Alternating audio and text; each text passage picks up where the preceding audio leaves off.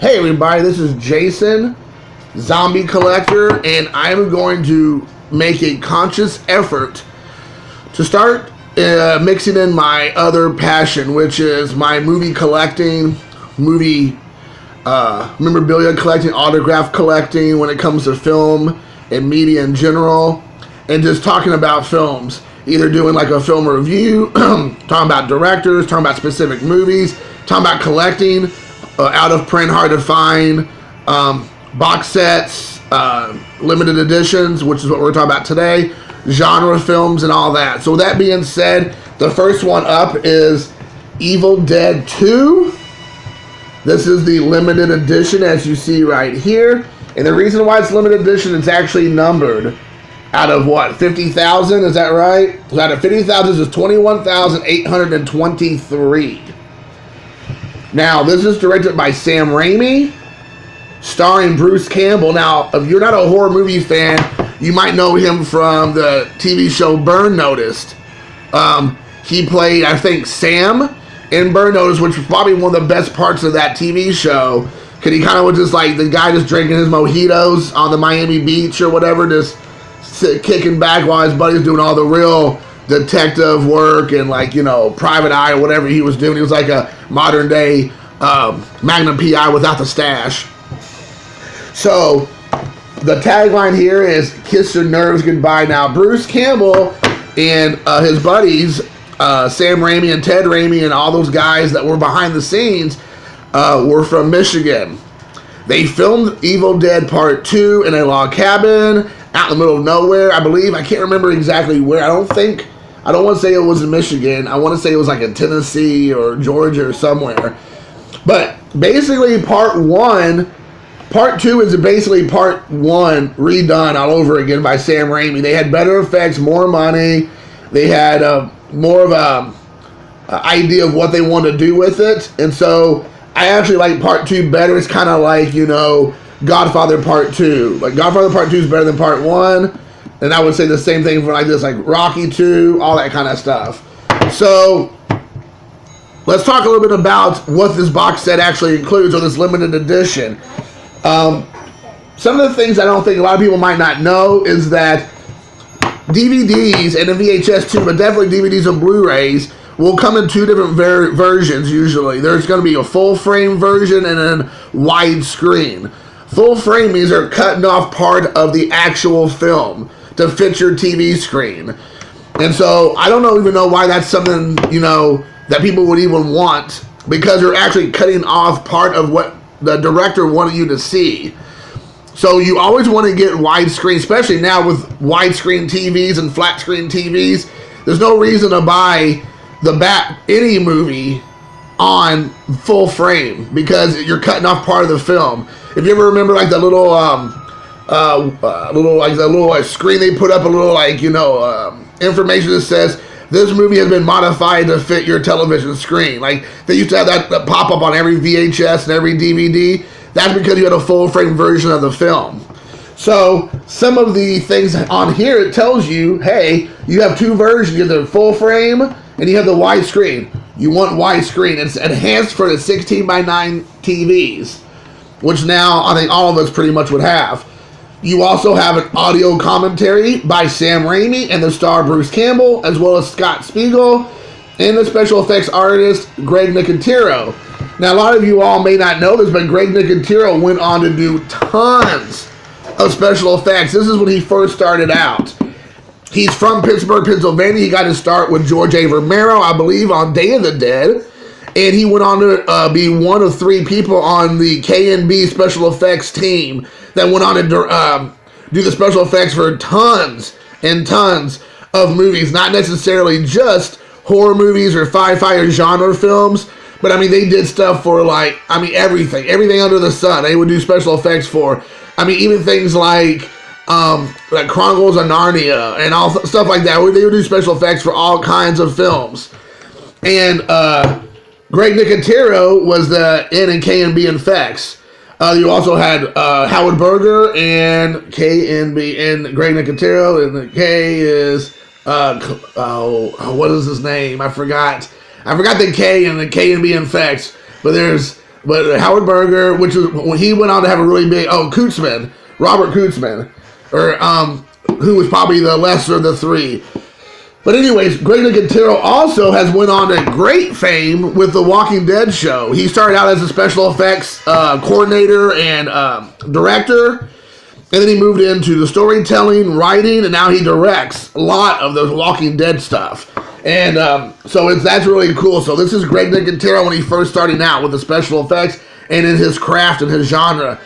And if you know anything about Greg Nicotero, I've met him a bunch of times. He is a great down-to-earth guy, even though he became famous, both behind the scenes as far as a special effects guy, all the way up to a director, and Walking Dead, one of the probably most famous TV shows ever on TV. He's really down-to-earth. You also have a featurette called The Gore the Merrier, the theatrical trailer, Evil Dead Hail to the King video game preview, still galleries, talent bios, a 5x7 theatrical poster replica, and a 48-page full-color 5x7 booklet featuring rare photos, film information, and the liner notes by Bruce Campbell himself. Only 50,000 of these were available. So now I'm going to open this up. And so here is the insert for the video game. This is for the PlayStation 2. So you can even tell, there it is, PlayStation 2. You can tell this is pretty old.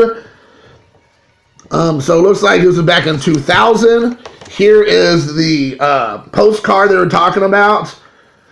And I love this image. I've met a big chunk of this cast at conventions.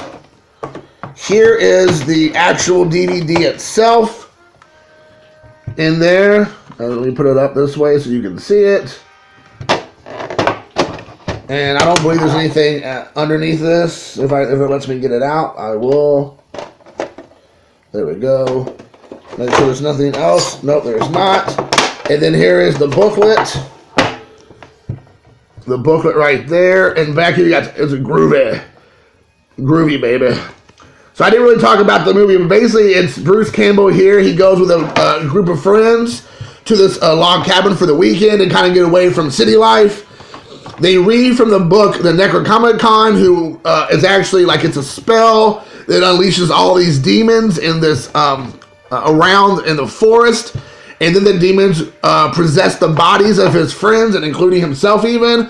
And they try to kill you, and you become then essentially a zombie, ghoul, ghost kind of thing. There's not really any explanation of what they are as much as just they become demonic, and they try to kill the people who are left that have not been compromised and became, a demon or whatnot. So the demons then go into their bodies and make them like these creatures, essentially like a zombie-ish type creature.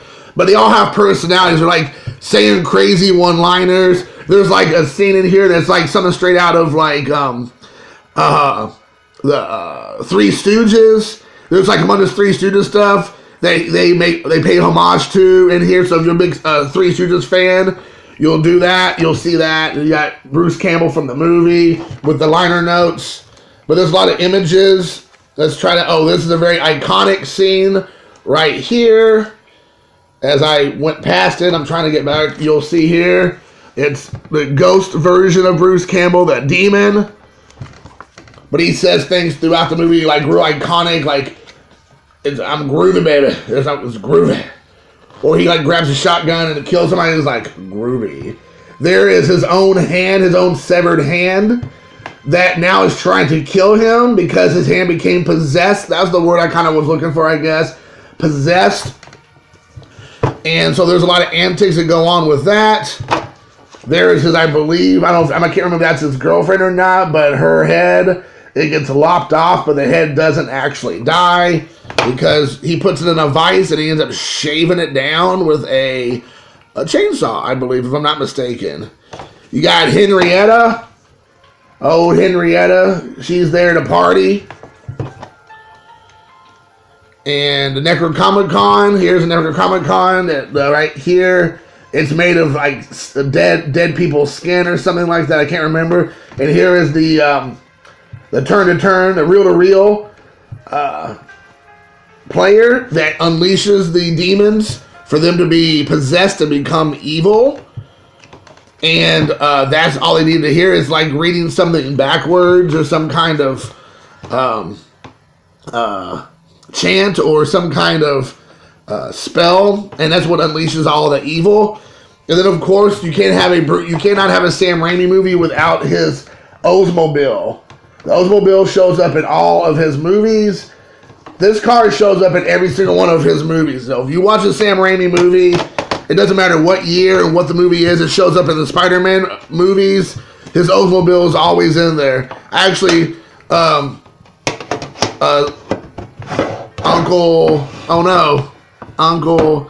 Spider-Man's uncle, I can't remember his name all of a sudden, is driving the Oldsmobile that was actually from the Evil Dead movies.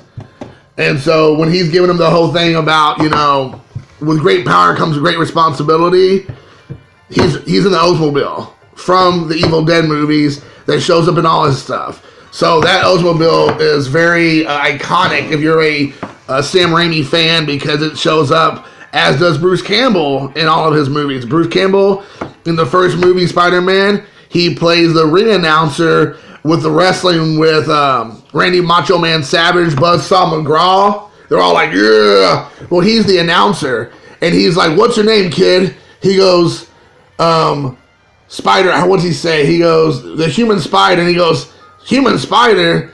That's lame. We got to do something better than that. And he goes, introducing Spider-Man. And he's like, it's the human spider. He's like, it sucks, kid. Well, that's Bruce Campbell, who's the same guy from this right here, Ash, from the Evil Dead. So hopefully you all enjoyed this. It was a little bit of a history lesson, film lesson, movie through the decades, and a bunch of little Easter eggs throughout some of the careers of these guys. Hopefully you enjoyed this, and if not, leave the comments below. Let me know what you think. Thumbs up, thumbs down. I can handle it. I'm not a snowflake. Give it to me. And until next time, I appreciate you and your support. Groovy.